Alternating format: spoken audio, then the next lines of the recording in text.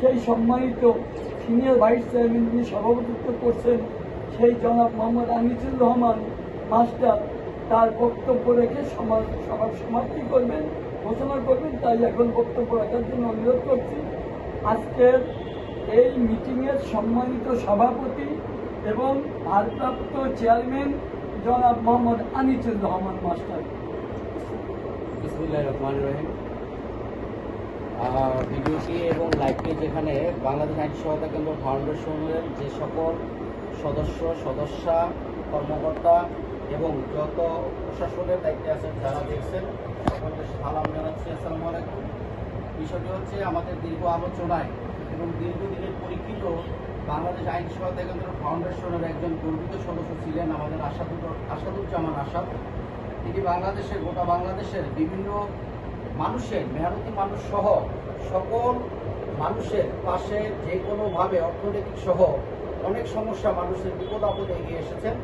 আমরা তার এই সংস্থা তার যাচাই বাছাই করে আমরা একটা রিপোর্ট দেখলাম যে উনি অবশ্যই একজন ডাইরেক্টর থেকে ঊর্ধ্বতন কর্মকর্তা হিসেবে পরিচিতি লাভ করা যেতে পারে।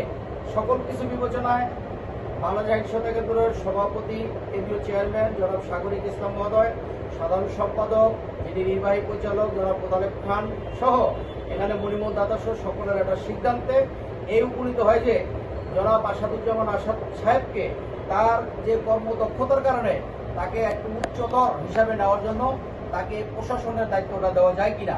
সকল সিদ্ধান্তে উপনীত হয়ে আজকে সেই একটি মুহূর্তের সময় যেখানে আমাদের আসাদুজ্জামান আসাদ ভাইকে তার আজকে সে ব্যাচ করিয়ে দিয়ে তার সেই কার্ডটি উপহার দিয়ে তাকে এই দায়িত্ব দেওয়া হয়েছে। আমরা আশা করব এখানে বাংলাদেশ আইন সহায়তা কেন্দ্র ফাউন্ডেশনের আরেকজন আমাদের প্রশাসন বিভাগের লোক আছেন যেখানে কামাল ভাই, উনি অত্যন্ত অ্যাক্টিভ মানুষ। তার সাথে দীর্ঘদিন যাবৎ সহযোগিতা করে আসাদুজ্জামান আসাদ ভাইও সে তার যে একটা প্রতিভা ভিতরে সেটা তার অবস্থান তৈরি করেছে, যার কারণে অবস্থান হিসেবে তার আজকে স্বীকৃতি, সেও প্রশাসনের দায়িত্ব পেয়েছে। আমরা আশা করব বাংলাদেশের জনগণ, বাংলাদেশ আইন সহায়তা কেন্দ্র ফাউন্ডেশনের সকল কর্মকর্তা কর্মচারী এবং বাংলাদেশ আইন শৃঙ্খলা বাহিনী সহ আমরা যে তাকে দায়িত্বটা দেওয়া হয়েছে সে দায়িত্ব যেন উনি সুন্দরভাবে পালন করতে পারে, সকল আইন শৃঙ্খলা বাহিনী তাকে সহায়তা করবেন এবং অত্র মানবাধিকার সংস্থার যত কর্মকর্তা কর্মচারী এবং যারা নেতৃবৃন্দ আছেন সকলেই আসাদ সাহেবকে সহযোগিতা করবেন এবং তাকেও বলবো যেন তার যে অর্পিত দায়িত্ব সে যেন সঠিকভাবে পালন করে। আশা করি এই গুটি গুটি পায়ে একদিন ইনশাআল্লাহ আরো উচ্চতর থেকে উচ্চতর অবস্থানে তিনি যাবেন। ধন্যবাদ সকলকে, আসসালামু আলাইকুম।